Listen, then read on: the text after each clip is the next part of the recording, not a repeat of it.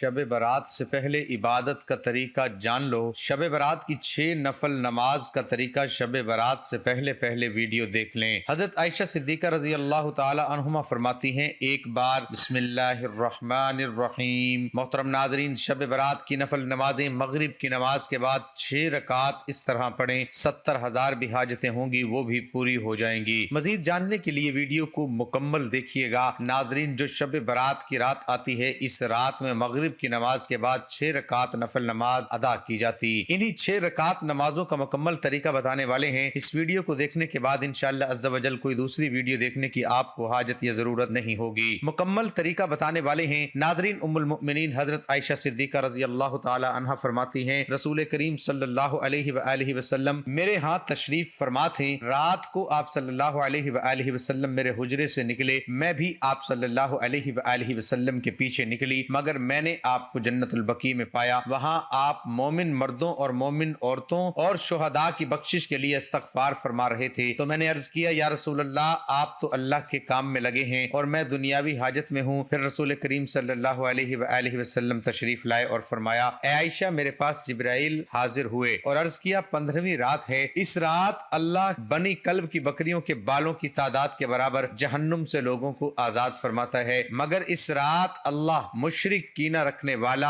اور پجامہ ٹخنوں سے نیچے رکھنے والے اور ماں باپ کو ستانے والے اور ہمیشہ شراب پینے والے کی طرف نگاہ کرم نہیں فرماتا۔ 15 شعبان کی رات میں 14 شعبان کا دن گزرنے کے بعد جو رات آتی ہے وہ رات 15 شعبان کی ہوتی ہے۔ مغرب کے وقت ڈیٹ تاریخ بدل جاتی ہے۔ اسلامی مہینے میں تو 15 شعبان کی جو رات آتی ہے اس رات کو شب برات کہا جاتا ہے۔ مغرب کے وقت سے طلوع فجر تک یہ رات شب برات کی رات ہے۔ اب اس رات میں مغرب کی نماز کے بعد 6 رکعات نفل نماز ادا کی جاتی ہے۔ عشاء کی نماز سے پہلے تو وہ 6 رکعات کس طرح ادا کرنی ہے وہ طریقہ بتا رہا ہوں۔ ماہ رمضان کے علاوہ اسلام میں ماہ شعبان کے روزوں کی فضیلت اس بات کی گواہی دیتی ہے کہ شعبان کا مہینہ عبادت اور نجات کا مہینہ ہے۔ حضور نبی اکرم صلی اللہ علیہ وآلہ وسلم ماہ شعبان میں رمضان کے علاوہ باقی تمام مہینوں سے بڑھ کر عبادت کرتے تھے، لہٰذا شب برات دوسری راتوں کی نسبت عبادت کی زیادہ مستحق ہے۔ حضرت عبداللہ بن عمر رضی اللہ عنہ فرماتے ہیں کہ 5 راتیں ایسی ہیں جن میں دعا رد نہیں کی جاتی: جمعے کی رات، رجب کی پہلی رات، شعبان کی 15ویں رات، دونوں عیدوں کی راتیں۔ علامہ ابن تیمیہ رحمۃ اللہ علیہ نے شب برات میں عبادت اور قیام پر لکھا ہے کہ جب کوئی بھی انسان نصف شعبان کی رات کو اکیلا یا جماعت کے ساتھ نماز پڑھے، جیسا کہ سلف میں سے بہت سارے گروہ اس کا اہتمام کرتے تھے، تو یہ بہت خوب ہے۔ شب برات ایسی مبارک رات ہے جب اللہ عز و جل آسمان و دنیا پر جلوہ افروز ہوتے ہیں، اور اس رات زندگی اور موت اور نجات و مغفرت کے فیصلے ہوتے ہیں۔ اس رات اجتماعی طور پر خشوع و خضوع سے گھروں اور مساجد میں عبادت کرنی چاہیے۔ گھر میں برکت کے لیے اہل خانہ کو چاہیے کہ وہ بچوں کو ایک ساتھ بیٹھا کر تسبیحات کریں اور نوافل ادا کریں۔ میرے بزرگوں کا فرمان ہے کہ جو بندہ رزق و روحانیت، بندش و آلام و سحر، ترقی، روزگار، شادی بیاہ میں تاخیر سمیت ایسے مسائل سے دوچار ہو تو اسے صدق دل سے معافی مانگنی چاہیے۔ آیت کریمہ اور تیسرے کلمے کے علاوہ سورۃ فاتحہ، سورۃ ملک، سورۃ یاسین کی پڑھائی کا بطور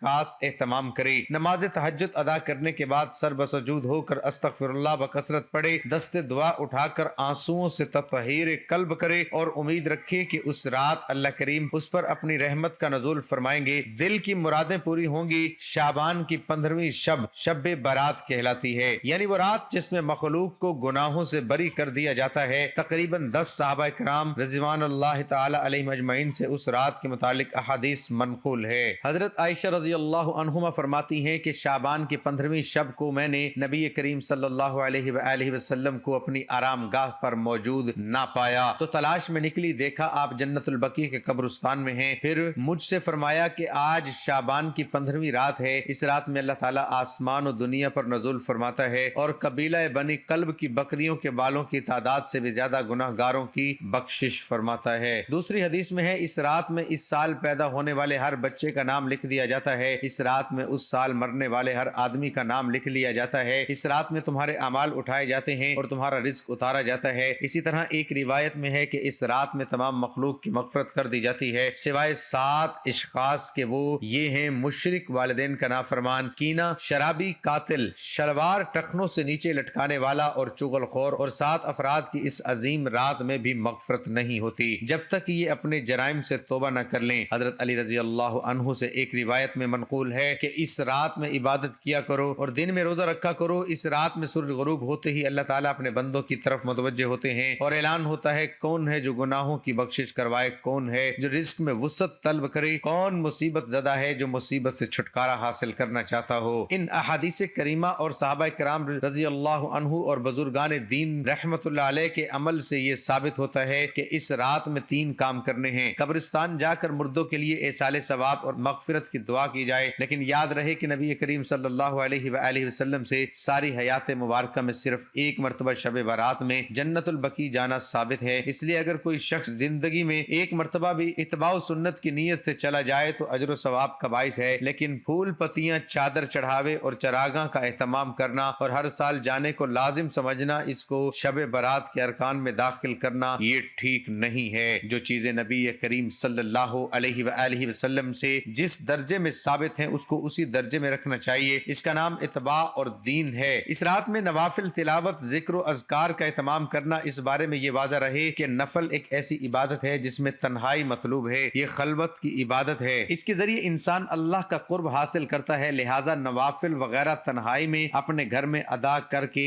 اس موقع کو غنیمت جانے۔ نوافل کی جماعت اور مخصوص طریقہ اپنانا درست نہیں ہے۔ یہ فضیلت والی راتیں شور و شغب اور میلے اجتماع منعقد کرنے کی راتیں نہیں ہیں، بلکہ گوشہ تنہائی میں بیٹھ کر اللہ سے تعلقات و استوار کرنے کی قیمتی لمحات ہیں، ان کو ضائع ہونے سے بچائیے۔ 3 دن میں روزہ رکھنا بھی مستحب ہے، ایک تو اس بارے میں حضرت علی رضی اللہ تعالی عنہ کی روایت ہے، اور دوسرا یہ کہ نبی کریم صلی اللہ علیہ وآلہ وسلم ہر ماہ 13، 14، 15 کے روزوں کا اہتمام فرماتے تھے، لہٰذا اس نیت سے روزہ رکھا جائے تو معجب اور اجر و ثواب ہوگا۔ باقی اس رات میں پٹاخے بجانا، آتش بازی کرنا اور حلوے کی رسم کا اہتمام کرنا، یہ سب خرافات اور اسراف میں شامل ہے۔ شیطان ان فضولیات میں انسان کو مشغول کر کے اللہ کی مغفرت اور عبادت سے محروم کر دینا چاہتا ہے، اور یہی شیطان کا اصل مقصد ہے۔ اور سلف صالحین نے اس رات کی فضیلت سے فائدہ اٹھایا ہے۔ اللہ پاک کا قرب حاصل کرنے کے لیے فرض نمازوں کے ساتھ ساتھ نوافل پڑھیے۔ جو شخص فجر کی نماز ادا کر کے اللہ پاک کا ذکر کرتا رہے یہاں تک کہ آفتاب بلند ہو جائے، پھر 2 رکعتیں پڑھے تو اس کو پورے حج و عمرے کا ثواب ملے گا۔ حدیث مبارکہ کا مفہوم ہے، حضرت ابو ہریرہ رضی اللہ عنہ سے مروی ہے، حضور پاک صلی اللہ علیہ وآلہ وسلم فرماتے ہیں، اللہ پاک نے فرمایا جو میرے کسی ولی سے دشمنی کرے اسے میں نے لڑائی کا اعلان دے دیا، اور میرا بندہ جن چیزوں کے ذریعے میرا قرب چاہتا ہے ان میں مجھے سب سے زیادہ فرائض محبوب ہیں، اور نوافل کے ذریعے قرب حاصل کرتا رہتا ہے یہاں تک کہ میں اسے اپنا محبوب بنا لیتا ہوں۔ اگر وہ مجھ سے سوال کرے تو اسے ضرور دوں گا، اور پناہ مانگے تو اسے ضرور پناہ دوں گا۔ حدیث مبارکہ کا مفہوم ہے، آقا صلی اللہ علیہ وآلہ وسلم نے فرمایا جو شخص وضو کرے اور اچھا وضو کرے اور ظاہر و باطن کے ساتھ متوجہ ہو کر 2 رکعت پڑھے، اس کے لیے جنت واجب ہو جاتی ہے۔ گناہوں اور فضولیات سے بچنے کے لیے فرض نماز کی پابندی کے ساتھ نوافل کی کثرت کیجیے۔ ایک تو آپ کا وقت اللہ پاک کی عبادت میں گزرے گا اور گناہوں سے بچی رہیں گی، دوسرا اللہ پاک کا قرب حاصل ہوگا اور انشاءاللہ اسی کے سبب بیڑا پار ہوگا۔ شب برات کی نفل نمازیں مغرب کی نماز کے بعد 6 رکعت اس طرح پڑھیں، 70,000 بھی حاجتیں ہوں گی وہ بھی پوری ہو جائیں گی۔ 15 شعبان کی رات میں 14 شعبان کا دن گزرنے کے بعد جو رات آتی ہے وہ رات 15 شعبان کی ہوتی ہے۔ مغرب کے وقت تاریخ بدل جاتی ہے، اسلامی مہینے میں تو 15 شعبان کی جو رات آتی ہے اس رات کو شب برات کہا جاتا ہے۔ مغرب کے وقت سے طلوع فجر تک یہ رات شب برات کی رات ہے۔ اب اس رات میں مغرب کی نماز کے بعد 6 رکعت نفل نماز ادا کی جاتی ہے۔ عشاء کی نماز سے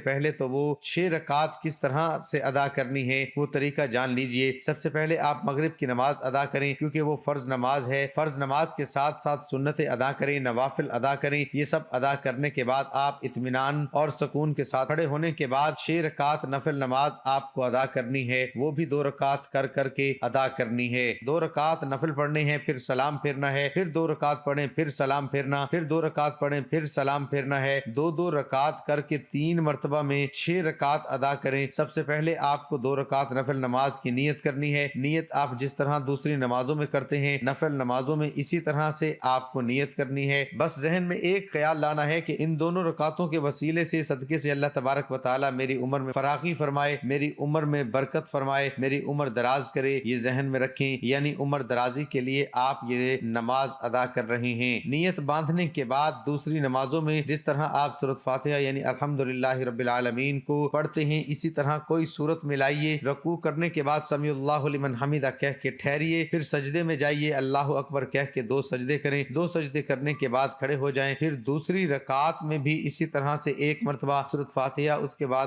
کوئی دوسری صورت ملا لیں، پھر رکوع سجدہ وغیرہ کریں۔ دوسری نمازوں کی طرح جب تشہد میں بیٹھیں گے تشہد پڑھیں، درود ابراہیمی پڑھیں، پڑھنے کے بعد آپ سلام پھیریں گے، یہ آپ کی 2 رکعت نماز مکمل ہو جائے گی۔ 2 رکعت نماز مکمل ہونے کے بعد 1 مرتبہ آپ سورۃ یاسین پڑھیں گے، اگر آپ سورۃ یاسین نہیں پڑھ سکتے تو 21 مرتبہ سورۃ اخلاص پڑھیں گے۔ یہ پڑھنے کے بعد پھر سیدھا کھڑے ہو جائیں گے، کھڑے ہونے کے بعد پھر 2 رکعت نفل نماز کی آپ کو نیت کرنی ہے۔ اب ان دونوں رکعتوں کو پڑھنے سے پہلے، نیت باندھنے سے پہلے آپ کے ذہن میں ایک بات ہونی چاہیے، وہ بات یہ ہے کہ اللہ تبارک و تعالی ان دونوں رکعتوں کی برکت سے میرے گھر میں برکت عطا فرمائے، مجھے آفتوں بلاؤں سے محفوظ فرما دے۔ ذہن میں یہ رکھنی ہے کہ مجھے بلاؤں، آفتوں، مصیبتوں سے اللہ محفوظ رکھے اور میرے گھر میں برکت نازل ہو۔ یہ کہنے کے بعد آپ نیت کریں گے، اللہ اکبر کہہ کر نیت کریں گے، جیسے دوسری نماز ادا کرتے ہیں۔ پہلے آپ نے 2 رکعت ادا کیا، اسی طرح سے ہر ارکان ادا کریں گے، رکوع سجدہ وغیرہ سب کریں گے۔ 2 رکعت مکمل ہونے کے بعد آپ کو سلام پھیرنا ہے۔ سلام پھیرنے کے بعد بیٹھے بیٹھے پھر سے آپ کو 1 مرتبہ سورۃ یاسین پڑھنی ہے۔ اگر آپ کو سورۃ یاسین یاد نہیں ہے یا آپ نہیں پڑھ سکتے تو آپ 21 مرتبہ پھر سے سورۃ اخلاص پڑھیں گے، آپ کی 4 رکعت نمازیں مکمل ہوں گی۔ اب آخر کی جو 2 رکعت نماز بچے ہیں، ان دونوں رکعتوں میں آپ کو ذہن میں یہ رکھنا ہے کہ اللہ تبارک و تعالی مجھے صرف اپنا محتاج بنائے، دوسروں کا محتاج نہ بنائے۔ محتاجی، غریبی، مفلسی سے اللہ تبارک و تعالی مجھے محفوظ رکھے۔ ذہن میں رکھنے کے بعد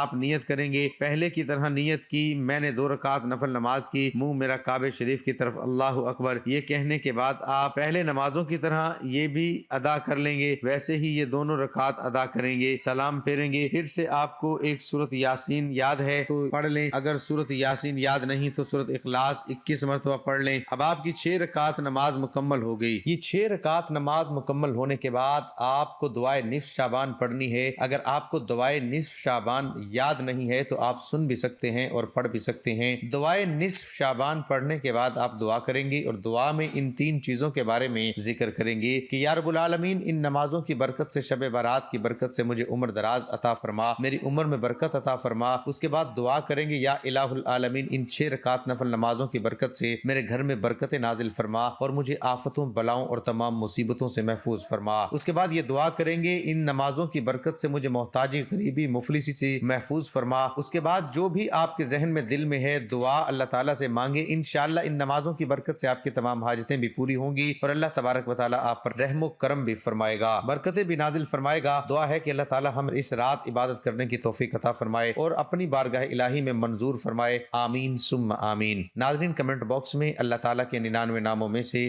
ایک نام ضرور ٹائپ کریں۔